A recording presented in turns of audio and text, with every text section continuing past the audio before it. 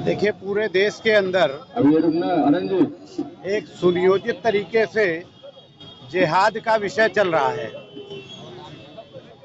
एक मिथक चला करता था जब ये कहा जाता था कि इस्लाम में अशिक्षा है, इसलिए वो इस तरह के काम करते हैं।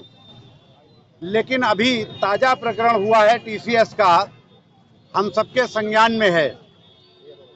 हाईली एजुकेटेड मल्टीनेशनल्स में काम करने वाले सुनियोजित तरीके से देश में नहीं तो देश के बाहर से नियंत्रित होते हुए और संगठित धर्मांतरण के लिए काम करने वाले लोग यहाँ पर, ये पूरा नेटवर्क चल रहा है।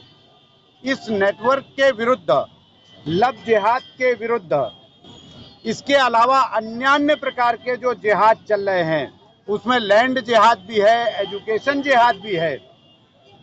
इन जिहाद के विरुद्ध बजरंग दल ने आज राष्ट्रव्यापी अभियान के तहत पूरे देश में इस प्रकार के प्रदर्शन और आक्रोश प्रदर्शन हो रहे हैं। आज की ये सभा यहाँ पर रखी गई है, उसमें हम सब हैं। हम आह्वान कर रहे हैं हिंदू समाज का, प्रत्येक हिंदू परिवार का आह्वान कर रहे हैं, अपनी बहन बेटियों को सुरक्षित रखना हमारा पहला कर्तव्य है। हम उन्हें अपनी संस्कृति के साथ जोड़ने का काम, अपनी संस्कृति बताने का काम करेंगे।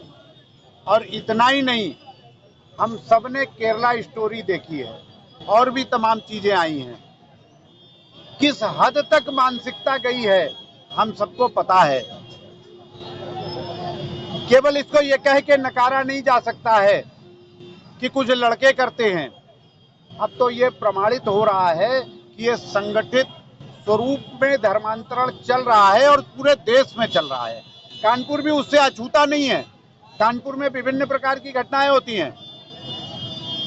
एक तरफ आप कहते हो कि जी उनकी साक्षरता कम है, दूसरी तरफ कहते हो तमाम बातें करते हुए कि साहब उनकी आर्थिक स्थिति कमजोर है इसलिए।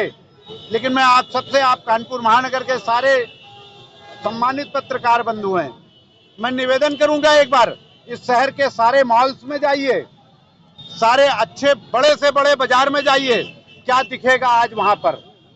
खरीदना नहीं है, लेकिन मॉल में घूमना है, मॉल में जाना है। क्यों जाना है वहां पर? इसलिए जाना है कि हमारी बहन किसी हिंदू बहन बेटी को सहेली बनाएगी और इसके बाद अपने भाई को, अपने कामुक भाई को सौंप देगी।